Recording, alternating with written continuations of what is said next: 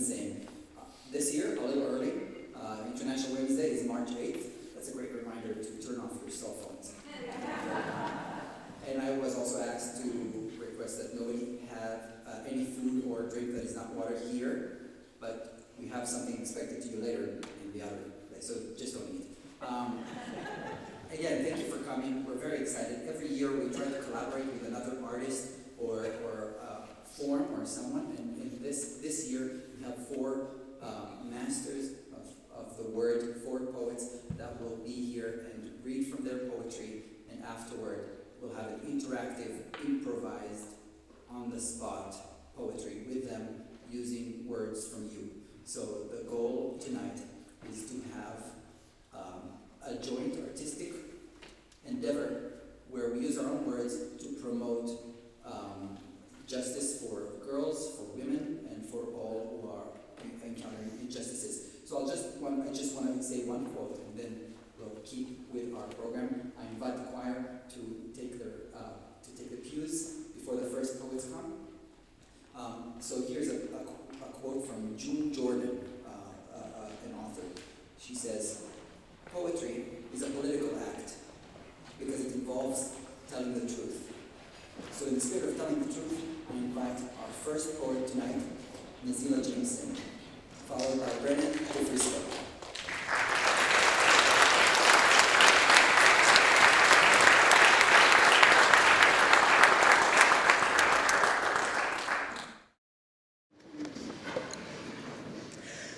Loveliness of women. A loveliness of women, divine array of femininity. We landed at the bar, folded our wings, and blessed the room with laughter and affinity. Intelligence and insight, wisdom, warmth, and love for humanity. Then, in a flurry, we took flight as quickly as we had arrived, leaving lavender on your tongue and the sensation of feathers.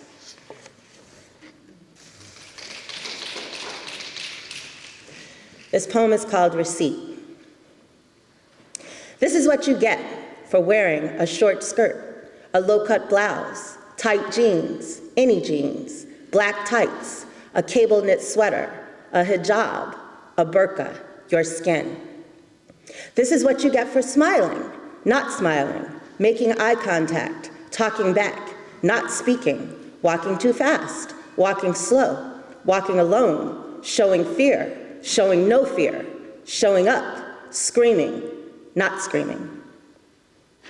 This is what you get for being pretty, for being butch, being fat, being skinny, being young, being confident, being quiet, being awake, being alive, being there, being. This is what you get for being a lover, a fighter, a girl, a woman, female. Do you get it? You will spend your whole life getting it. You will never not get it until the day they realize you can give as good as you get. So they'd better get while the getting is good.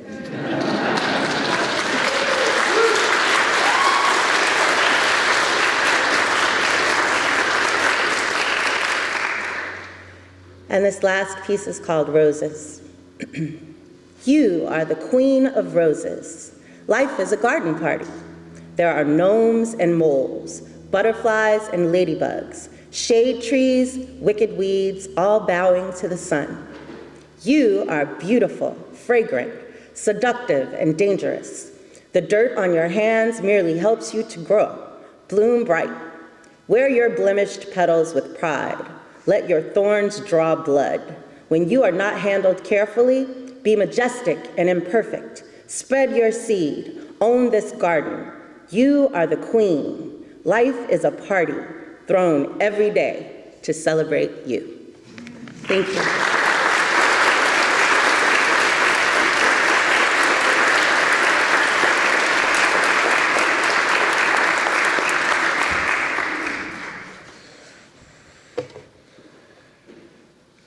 Excuse me. Yes, you in the room looking up at me, I have reason to believe that you are amazing. And here's why. Did you know you can glow in the dark? Humans are bioluminescent. No matter what color your skin is, this light that our eyes can't see lets all the other predators know where we are. And we all look delicious when the moon wakes up hungry. Instead, let's talk about love. An avalanche of neurotransmitters moving through you. They speed up your heartbeat, make it hard to eat or sleep. These are the same chemical effects as amphetamines. We are literally addicted to love. In your blood, there will always flow a small dash of gold. You are more precious than you know. And did you know we share half our genetic code with bananas? Or that a few of us can taste the flavor of syllables as we speak them? Some women have an extra color receptor or two and see more shades of red and blue than men will ever know. Loneliness is physically painful. The same part of the brain that makes pain frightening drives us to connect, to seek companionship, to feel home in someone else's arms, and to feel lost when you aren't there. Which may explain why your tears act like memories. They change shape depending on why you're crying. Even though 90% of the cells in your body have their own DNA and are not technically you, every atom you are is 99.999% empty space. And none of them are the ones you were born with, but all of them were born in the belly of a star. You are so amazing. I just thought you should know.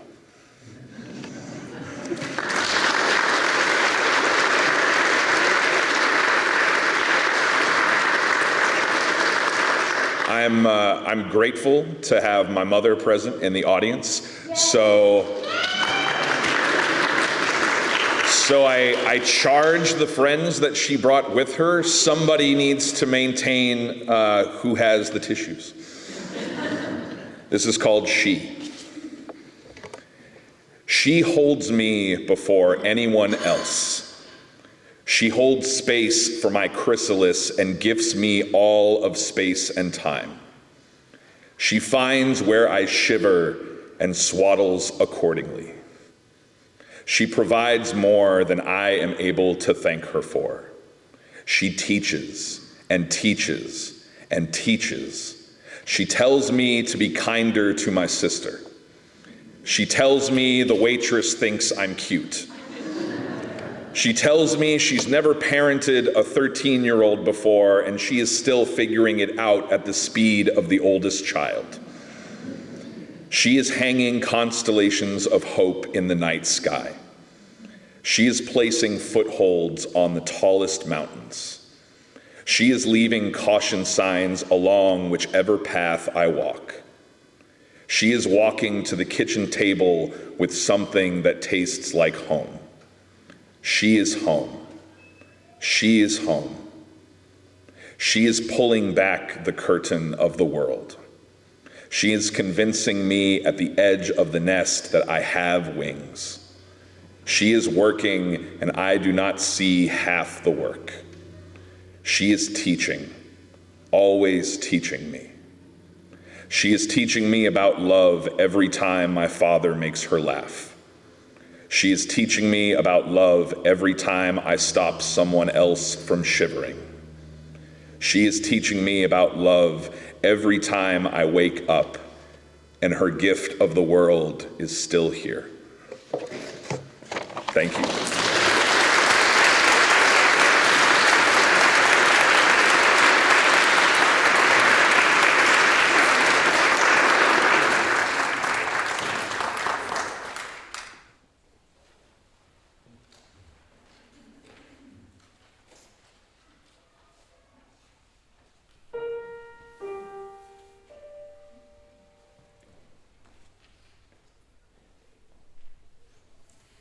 Hey, girl.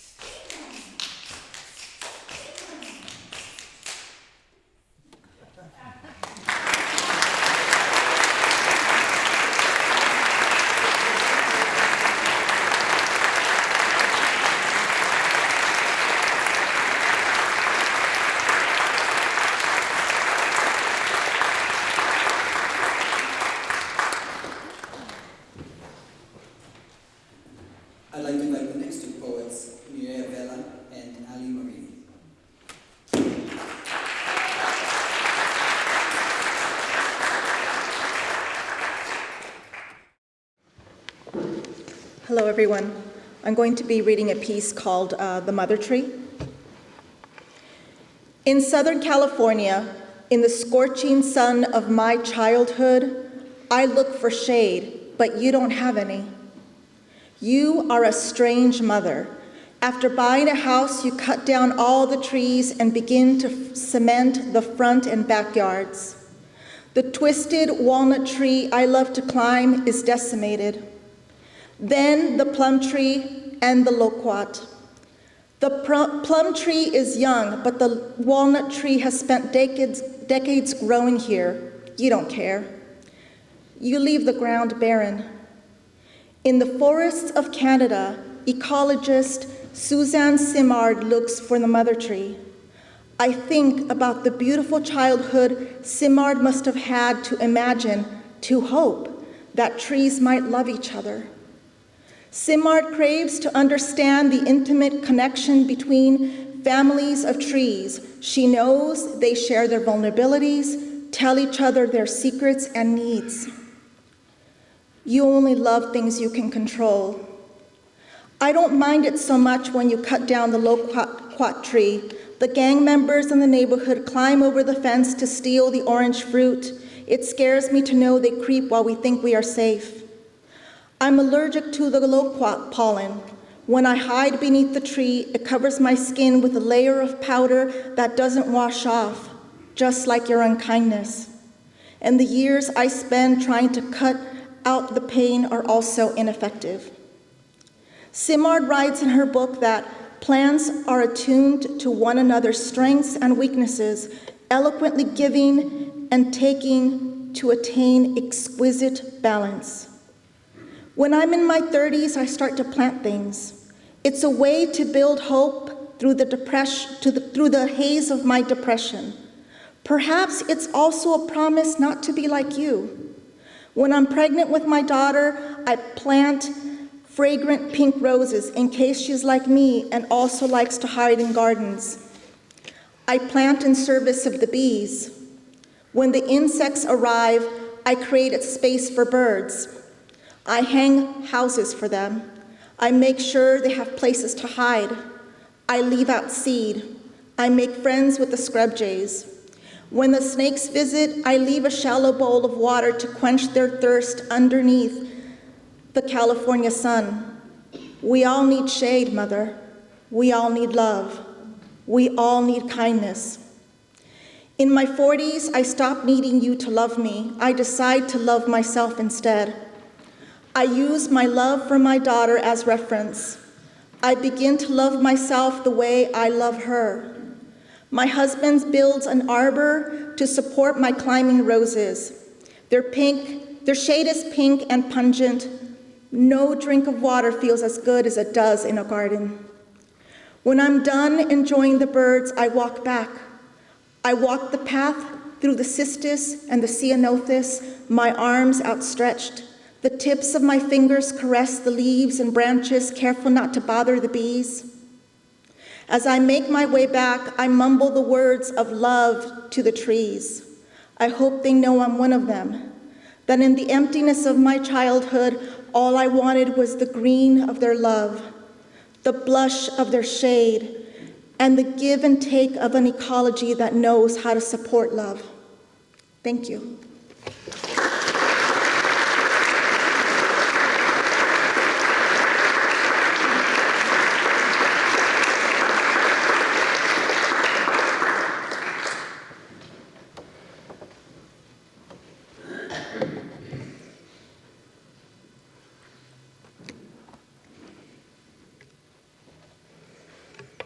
In her own voice. This morning, I met myself when the alarm rang, a digital bell that lets me know I've survived the night. And isn't it a miracle? Every day we get to breathe deep and greet the day with our own voice. It's hard to stay soft in a world that wants to steal it.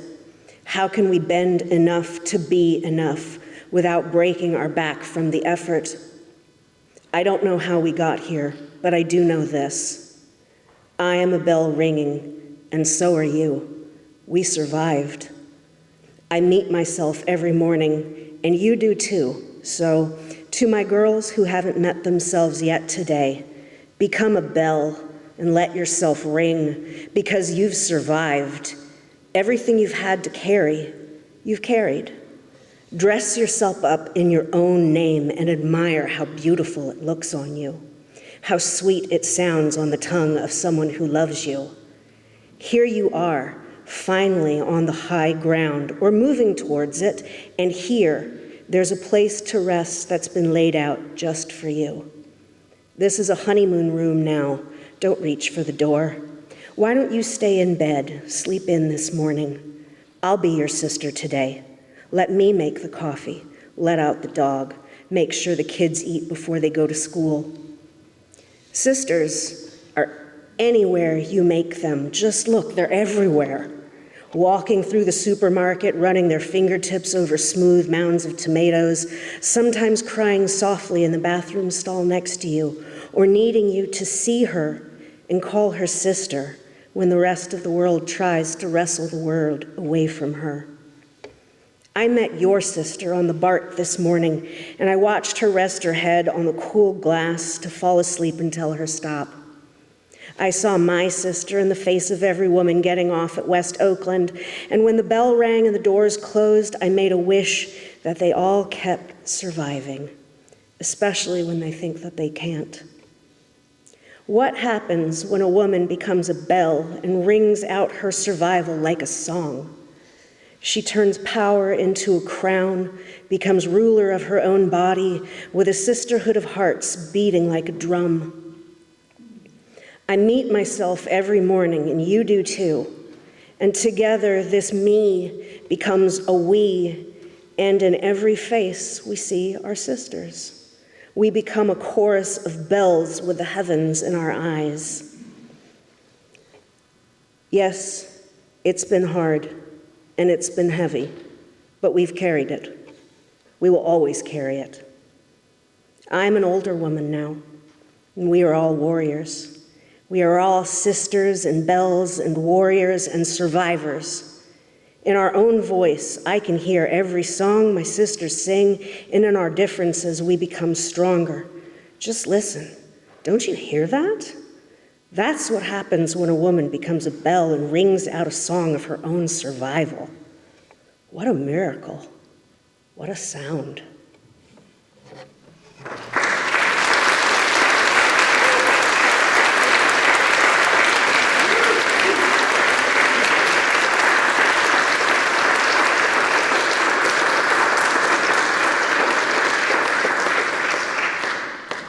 Thank you for joining WomenSing for this structured part of the event today, and for joining us in hearing a multitude of voices, and in the unstructured part of the event later, which you will hopefully interact with our poets and create, bring your own voice. So join us after this next song across the hall.